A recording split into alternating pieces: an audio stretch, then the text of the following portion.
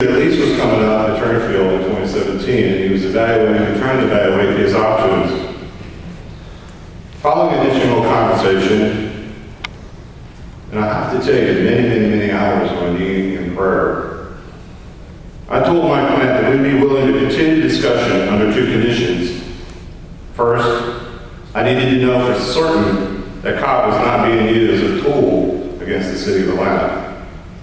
Second, the project would have to be more than just a ballpark. It would have to produce a return on our investment, and that would directly benefit Cobb residents for generations to come. The negotiation process then began, the same very way it does in every major economic development project in the country. We had private conversations and negotiation, then you have public debate, and then you vote publicly by elected officials. And that's exactly what happened here. Exactly. When people say this was done in secret, that's the little joke about the secret meeting. That's good. Now it pays off, okay? I wonder what parallel universe these people were in during the time. There wasn't a person in the United States, and I might add, there wasn't a person in this entire world who didn't know that the commission was about to consider voting on the biggest economic deal and economic project in its history with the Braves project. Perhaps the internet was down in Dunwoody, the new home of the AJC, I don't know. This draft agreement was released to the public, it was released to the commissioners, and it was debated and reviewed extensively.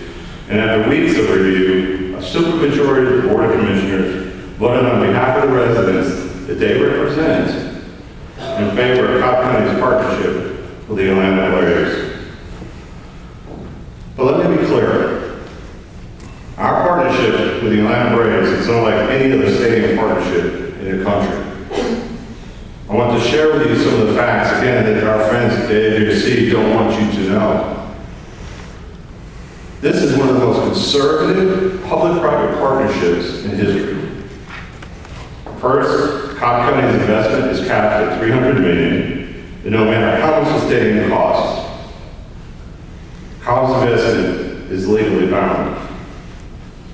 The Braves are responsible for any costs or overruns associated with the project.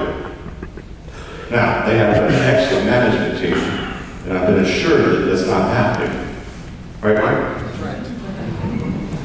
Second of all, more than 70% of the annual payment is being paid for by the private sector and visitors to Cobb County. Again, that's 70% is being paid for by the private sector and visitors to Cobb County, not Cobb residents. Finally, this project was never just about a ballpark. It was about what the Braves were going to invest near the ballpark. We all know that a stadium in and of itself generally does not generate sustainable economic growth. And economic growth for Cobb County was always the plan, and our plan is working. In fact, it's working beyond our wildest dreams. Before the first pitch has been thrown, the final impact is lighting up the scoreboard. When it comes to Cobb's economy, we are already playing ball. Everywhere you turn, a new office tower is being constructed, 5 to be specific. 5 Class A office towers are being built in this county right now. Now who in this room, if I stood before you 5 years ago in 2011 and told you that within 5 years we'd have 5 Class A office towers going in this region, would have believed the word I said after that? Nobody. And according to a report by colleagues, the Galleria submarket was one of the land's strongest office markets in 2015. And this is just the beginning. All 3 Cobb County Fortune 500 companies, HD Supply, Home Depot, and Genuine Parts have announced major expansions because of the Atlanta Braves project. Cobb is bucking the trend. Companies are moving out of Buckhead into Cobb.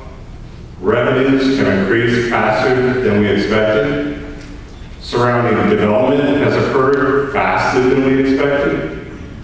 and it's paying for itself faster than we expected. People passing by will see steel climbing into the sky. I see new jobs, new investments, and new money in the pockets of Cobb taxpayers. We are changing our skyline, and that is changing our bottom line.